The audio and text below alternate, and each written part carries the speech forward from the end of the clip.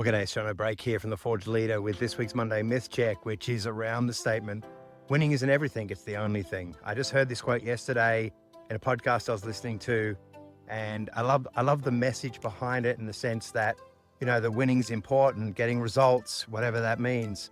But, I thought, does that leave us in a place where we're just pushing all the time and we're hustling? This is a journey I've been on over these last 6 months, where it's like, are we just trying too hard with some of this stuff? Are we pushing too hard? We're creating this environment of win as a coach. In particular, I'm creating an environment of win for other people and for myself that maybe I don't want, or maybe I don't want to get after. So anyway, I just wanted to unpack this today because I do believe very firmly in winning. And if there's, there are wins and losses in life. It's not that everyone gets a participation trophy. But I want to unpack this for a minute. So I want to look at 3 things and then a possible action you can take, as we always do in our Monday Myth Check. If winning is the only thing in your business, okay, then what about everything else? What about your people? What's happening in terms of the way you're driving your team? What's happening the way in terms of driving yourself? Are you living a healthy life? Are you anxious or fearful? Are you stressed? Or are you feeling like I can celebrate all the time? There's some really intrinsic stuff here in terms of when we push all the time, and it's all about the win. A lot of people talk about winning, but they don't know what they're winning for, okay? And so what happens is you start to create this kind of attack culture, and everyone grabs at what they can. You see this a lot in sales too, and siloing and those sorts of things.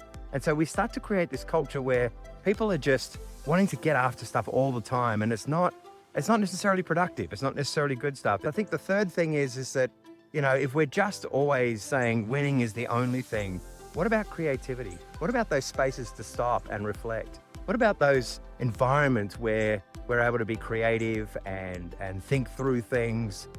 Or maybe that win isn't the win that we should go after. Now, some of this can come from a lack of confidence. Some of this can come from insecurity and fear. And some of it can just come from, like, we're not 100% sure what we should be getting after. That's a real deal. I mean, it happens. So I want you to think about this today. I want you to think about these 3 things, because I find this is really important. I do a lot of this in coaching, in terms of coaching my clients and in their personal journeys as well as their corporate journey. But there are 3 things that are massively important. So winning is important. Don't get me wrong. It's very, very important. But know why you're winning. So what's your purpose? What is it you're getting after? Let's say you understand all of that, but you're still doing win, everything's pushed and people are getting tired and burned out. I want you to ask 3 questions here. Well, so first of all, what is my win? And how do I know I get there? I've got to be able to measure it and all that sort of thing. And does everybody understand what that means? Okay. So we've got to know what the win is, and then we've got to get after it and achieve it. So what are the pragmatic steps? What are the things I need to do to connect with that? And then the third thing is, when I get to that win, I close it off, I celebrate the victory, and then I set my next journey, okay? I want you to think about it in this context. I would hazard a guess, a lot of people who are pushing really hard for wins are probably getting to the win and then stretching the goalposts, right? That's akin to perfectionism, which I think is a broken way to look at things. It just comes from fear and shame and always trying to get after more. But understand today that winning is not the only thing. It's important. It is important. We've got to get after stuff, but understanding why we're winning, what the win is, how do we celebrate that win, put an end cap on it, and then how do we go after the next thing? Okay, all those sorts of things are important, but knowing why we're doing it in the first place. So important today. Winning is not everything, it's the only thing. This is this week's Monday Myth Check. I'm Jono Brake coming to you here from Pawleys Island, South Carolina. It's a beautiful day. As always, enjoy the journey.